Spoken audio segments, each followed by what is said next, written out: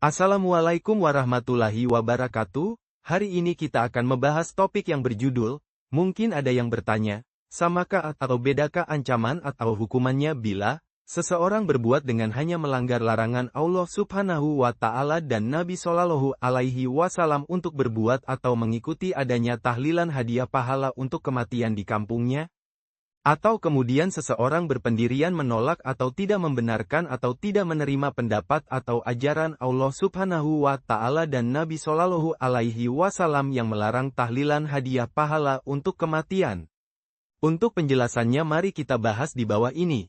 Oleh Dr. Arifin S. Siregar. Beliau ini, kemampuan penglihatan matanya tinggal 30%.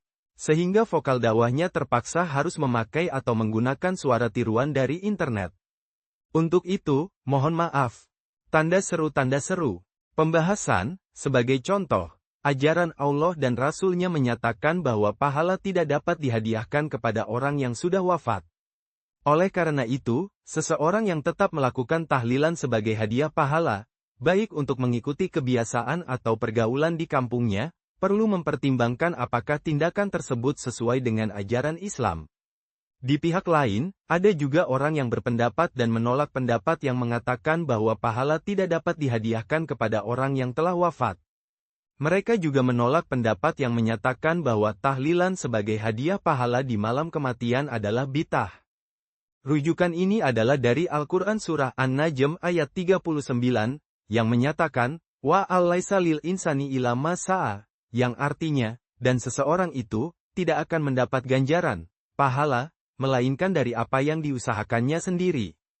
Kemudian, untuk memperkuat keterangan Allah di atas, kita merujuk pada hadis riwayat Muslim yang menyatakan, apabila anak Adam mati, maka putuslah amalannya, pahala yang dapat diterimanya, kecuali dari 3 hal, 1. Dari wakaf yang dilakukannya semasa hidupnya. 2. Dari ilmu yang diajarkannya. 3. Dari pahala amalan anak yang soleh yang mendoakannya. Petik 2. Meskipun seorang anak banyak berbuat amal soleh, jika ia tidak ingat atau lupa mendoakan orang tuanya, maka Allah belum membuka pintu untuk pahala amalan anak tersebut mengalir kepada orang tuanya. Artinya, orang lain yang bukan anak, sudah pasti tidak dapat memperoleh pahala dari bacaan atau amal orang lain yang mengalir kepada mereka, karena mereka tidak memiliki hubungan langsung sebagai anak dan belum tentu mendoakan orang tuanya. Rujukan ketiga, ketika Khadijah dan anak-anak Nabi wafat, serta sahabat Sayyidina Hamzah wafat, Nabi Shallallahu Alaihi Wasallam dan para sahabat tidak pernah melakukan tahlilan sebagai hadiah pahala untuk mereka yang sudah wafat. Kesimpulan, berdasarkan rujukan di atas, pahala dari amal orang yang masih hidup tidak dapat dihadiahkan kepada orang yang telah wafat, kecuali pahala dari amalan anak yang soleh yang tidak lupa mendoakannya. Pahala dari amalan anak yang soleh tersebut dapat mengalir kepada orang tuanya secara otomatis. Selanjutnya, perlu diingat dan dicamkan bahwa ada perbedaan antara mendoakan dan menghadiahkan pahala. Misalnya, ketika seseorang yang masih hidup membaca surah Yasin, pahala dari amalannya tersebut dapat dihadiahkan atau ditransfer kepada orang yang sudah wafat. Sementara itu, mendoakan berarti memohon kepada Allah agar orang yang telah wafat diampuni dosanya dan semoga pahala dari amalannya semasa hidupnya diterima oleh Allah Subhanahu wa Ta'ala. Komentar, kemudian, mari kita bahas mana yang lebih berbahaya, melanggar perintah Allah dan Rasul-Nya atau menolak atau tidak menerima kebenaran yang disampaikan oleh Allah dan Rasul-Nya. Untuk menjawab pertanyaan ini, kita dapat merujuk pada Al-Quran Surah Al-Baqarah ayat 2, di mana Allah Subhanahu wa Ta'ala menyatakan, Zalikal kitabul la raiba fi, hudan lil mutakin, yang artinya, kitab, Al-Quran, ini tidak ada keraguan padanya, petunjuk bagi orang-orang yang bertakwa. Petik 2. Al-Quran Surah An-Nisa ayat 59, di mana Allah Subhanahu wa Ta'ala menyatakan, Ya ayyuhaladina amanu atiullaha wa atiur rasula wa ulil amri minkum fa in tanazatum fi saydin faruduhu ila Allahi wa ar-rasuli in kuntum tukminuna billahi wal yaumil akhir, dan seterus, yang artinya, hai orang-orang yang beriman, taatlah kamu kepada Allah, dan taatlah kamu kepada Rasul, serta kepada pemimpin di antara kamu.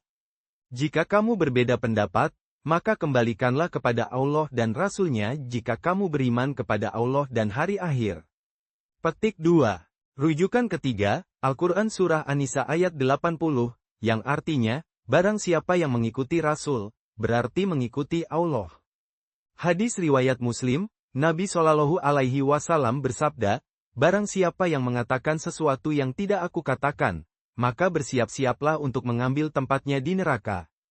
Hadis riwayat Muslim, Nabi Shallallahu Alaihi Wasallam juga bersabda, barang siapa yang mengerjakan amalan dalam agama, ibadah, akidah, yang tidak ada petunjukku, maka amalan tersebut tertolak, bid'ah, sesat, dan di neraka. Petik 2. Kemudian, sebagai contoh lain, bentuk sholawat yang diajarkan oleh Nabi Shallallahu Alaihi Wasallam berbunyi, Allahumma sholli ala Muhammad dan seterusnya. Namun, di antara beberapa ulama, ada yang lebih memilih atau membenarkan bentuk sholawat yang berbunyi, Allahumma sholli ala Sayyidina Muhammad, dan seterusnya. Akibatnya, di antara ulama dan masyarakat, lebih banyak yang membenarkan atau memilih bentuk sholawat tersebut, agar amalan sholawat diterima dan diridai oleh Allah Subhanahu wa Ta'ala, harusnya bunyi sholawat jangan dirubah yaitu yang berbunyi, Allahumma sholli ala Muhammad, dan seterusnya. Petik 2. Kesimpulan, di satu pihak, mereka hanya sekadar melanggar hukum atau ajaran Allah Subhanahu wa Ta'ala dan sunnah Nabi Shallallahu Alaihi Wasallam untuk sementara, dengan berbagai alasan. Sedangkan di pihak lain, ada yang berpendirian menolak atau tidak menerima petunjuk atau ajaran Allah Subhanahu wa Ta'ala dan sunnah Nabi Shallallahu Alaihi Wasallam untuk diamalkan. Karena di dalam hatinya tidak membenarkan petunjuk Allah dan Rasul-Nya, dan lebih membenarkan petunjuk mazhabnya atau ulamanya. Maka, apakah mereka ini tidak terjebak dalam hukum Allah Subhanahu wa Ta'ala dan Rasul-Nya dengan ancaman ingkar sunnah? Tanda tanya. Demikianlah pembahasan kita pada topik kali ini. Lebih dan kurangnya saya mohon maaf. Amin ya rabbal alamin. Mohon sejawat, menyebarluaskan dakwah-dakwah ini. Semoga kita mendapat pahala karena telah menyebarkan dakwah ini. Saya akhiri dengan mengucapkan wassalamualaikum warahmatullahi wabarakatuh. Sampai bertemu di video saya selanjutnya. Terima kasih.